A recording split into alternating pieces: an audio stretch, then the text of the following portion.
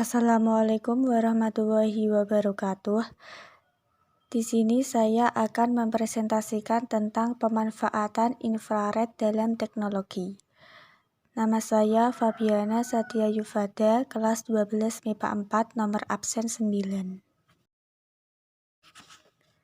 Pembahasan. Inframerah adalah radiasi elektromagnetik dari panjang gelombang lebih panjang dari cahaya tampak, tetapi lebih pendek dari radiasi gelombang radio. Namanya berarti bawah merah atau dari bahasa Latin infra bawah. Merah merupakan warna dari cahaya tampak dengan gelombang terpanjang. Radiasi inframerah memiliki jangkauan 3 order dan memiliki panjang gelombang antara 700 nm dan 1 mm. Inframerah ditemukan secara tidak sengaja oleh Sir William Herschel, astronom kerajaan Inggris, ketika ia sedang mengadakan penelitian mencari bahan penyaring optis yang akan digunakan untuk mengurangi kecerahan gambar matahari pada teleskop tata surya.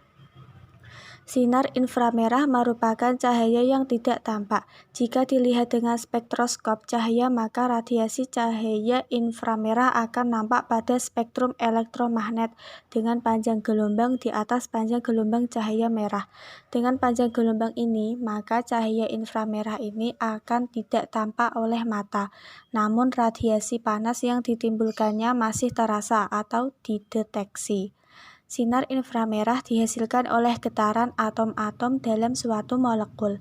Getaran atom dalam suatu molekul akan memancarkan gelombang elektromagnetik pada frekuensi-frekuensi yang khas dalam daerah inframerah. Oleh karena itu, spektroskopi inframerah dapat digunakan sebagai salah satu cara untuk mempelajari struktur molekul. Karakteristik tidak dapat dilihat oleh penglihatan manusia, tidak dapat menembus materi yang tidak tembus pandang, dapat ditimbulkan oleh komponen yang menghasilkan panas. Panjang gelombang pada inframerah memiliki hubungan yang berlawanan atau berbanding terbalik dengan suhu. Ketika suhu mengalami kenaikan, maka panjang gelombang mengalami penurunan. Sifat-sifat gelombang elektromagnetik. A. Gelombang elektromagnetik dapat merambat dalam ruang hampa. B. Gelombang elektromagnetik merupakan gelombang transversal. C. Gelombang elektromagnetik dapat mengalami polarisasi. D. Dapat mengalami pemantulan atau refleksi. E. Dapat mengalami pembiasan atau refraksi. F. Dapat mengalami interferensi.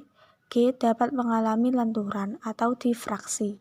H. Arah rambat gelombang elektromagnetik tidak dibelokkan oleh medan listrik dan medan magnet, tetapi dibelokkan oleh medan gravitasi.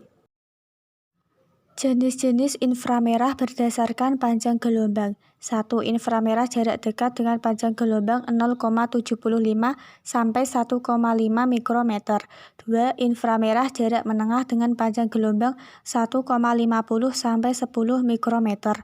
3. Inframerah jarak jauh dengan panjang gelombang 10 sampai 100 mikrometer. Sinar matahari langsung terkandung 93 lumens per watt. Flux radian yang termasuk di dalamnya infrared 47%, cahaya tampak 46%, dan cahaya ultraviolet 6%.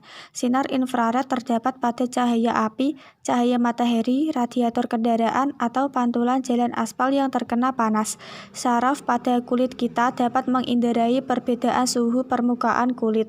Namun, kita tidak dapat merasakan sinar infrared. Sinar infrared bahkan digunakan untuk memanaskan makanan, misalnya pada restoran cepat saji. Prinsip infrared untuk melihat benda dengan memanfaatkan detektor infrared. Setiap benda yang dipancarkan infrared akan memantulkan dan menyerap infrared, sehingga detektor menangkap panjang gelombang yang berbeda sesuai suhu yang dikeluarkan benda. Karena sumber utama sinar infrared merupakan radiasi termal ataupun radiasi panas, setiap benda memiliki suhu panas tertentu. Bahkan yang kita kira tidak cukup panas untuk meradiasikan cahaya tampak, dapat mengeluarkan energi dan terlihat pada infrared. Semakin panas sesuatu, semakin dapat dia meradiasikan radiasi infrared. Permasalahan. Adapun masalah yang dihadapi dalam pembahasan materi infrared ini tidak banyak dijumpai karena aplikasi penggunaan alat-alat yang menggunakan sinar infrared tidak banyak dalam kehidupan sehari-hari, dikarenakan alatnya yang begitu mahal dan tidak dapat dijangkau oleh kebanyakan orang, sehingga keuntungan dan kerugian dari infrared itu sendiri tidak begitu diketahui oleh banyak orang. Sinar inframerah juga merupakan sinar tidak tampak yang berada pada spektrum warna merah, mendekati spektrum di sinar tampak.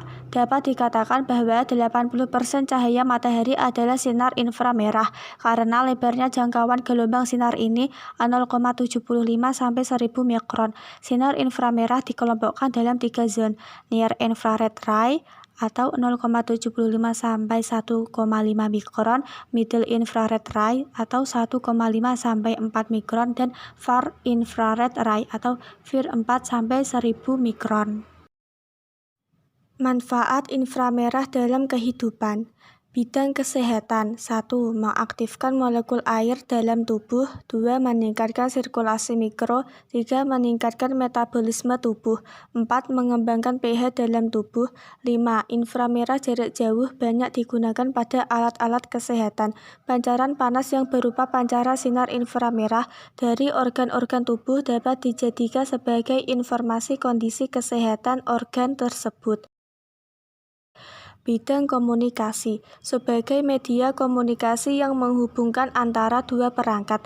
2. Dengan adanya suatu teknologi yang berupa filter IRPF yang berfungsi sebagai penerus cahaya infrared, maka kemampuan kamera atau video tersebut menjadi meningkat.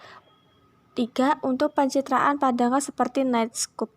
4. Digunakan untuk komunikasi jarak dekat seperti pada remote TV. 5. Sebagai alat komunikasi pengontrol jarak jauh. 6. Sebagai salah satu standarisasi komunikasi tanpa kabel. Bidang keruangan. Inframerah yang dipancarkan dalam bentuk sinar inframerah terhadap suatu objek dapat menghasilkan foto infrared. Foto infrared yang bekerja berdasarkan pancaran panas suatu objek dapat digunakan untuk membuat lukisan panas dari suatu daerah atau objek. Hasil lukisan panas dapat menggambarkan daerah mana yang panas dan tidak. Suatu lukisan panas dari suatu gedung dapat digunakan untuk mengetahui dari zona bagian mana dari gedung itu yang menghasilkan panas berlebihan, sehingga dapat dilakukan perbaikan-perbaikan yang diperlukan. Bidang industri. 1. Lampu inframerah merupakan lampu pijar yang kawat pijarnya bersuhu di atas plus-minus 2500 derajat Kelvin. Hal ini menyebabkan sinar infrared yang dipancarkannya menjadi lebih banyak daripada lampu pijar biasa. 2. Pemanasan infrared merupakan suatu kondisi ketika energi infrared menyerang sebuah objek dengan kekuatan energi elektromagnetik yang dipancarkan di atas -273 derajat Celcius atau 0 derajat Kelvin dalam suhu mutlak. Pemanasan infrared banyak digunakan pada alat-alat seperti pemanggang dan bola lampu.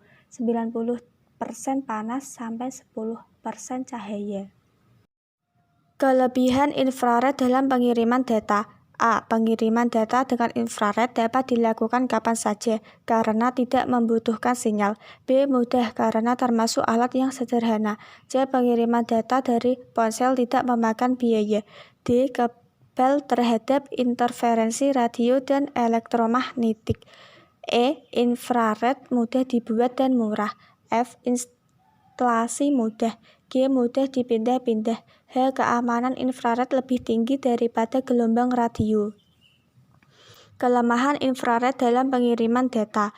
A. Kedua lubang infrared harus berhadapan satu sama lain. Hal ini agak menyulitkan kita dalam mentransfer data karena caranya yang merepotkan. B. Infrared sangat berbahaya bagi mata, sehingga jangan sekalipun sorotan infrared mengenai mata. C. Pengiriman data dengan infrared lebih lambat dibandingkan dengan Bluetooth.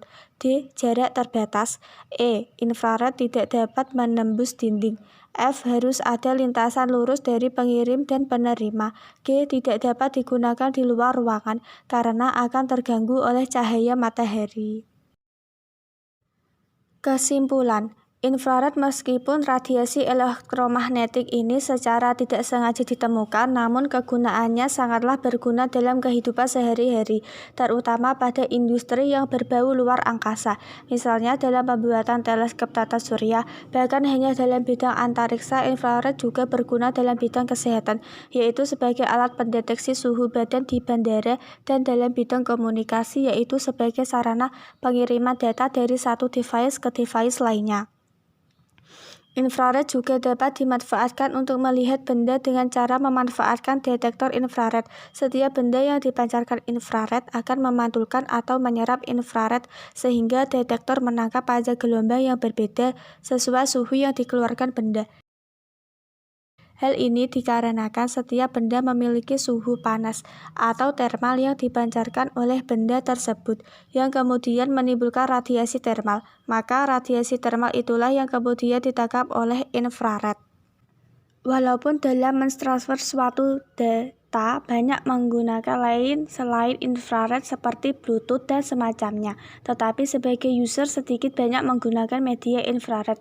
Mengapa? Karena kelebihan dari infrared salah satunya adalah sebagai pengiriman data yang dapat dilakukan kapan saja, karena tidak membutuhkan sinyal, sehingga mudah digunakan walaupun jarak gelombang dalam transfer data infrared ini tidak lebih dari panjang gelombang antara 700 nm dan 1 mm.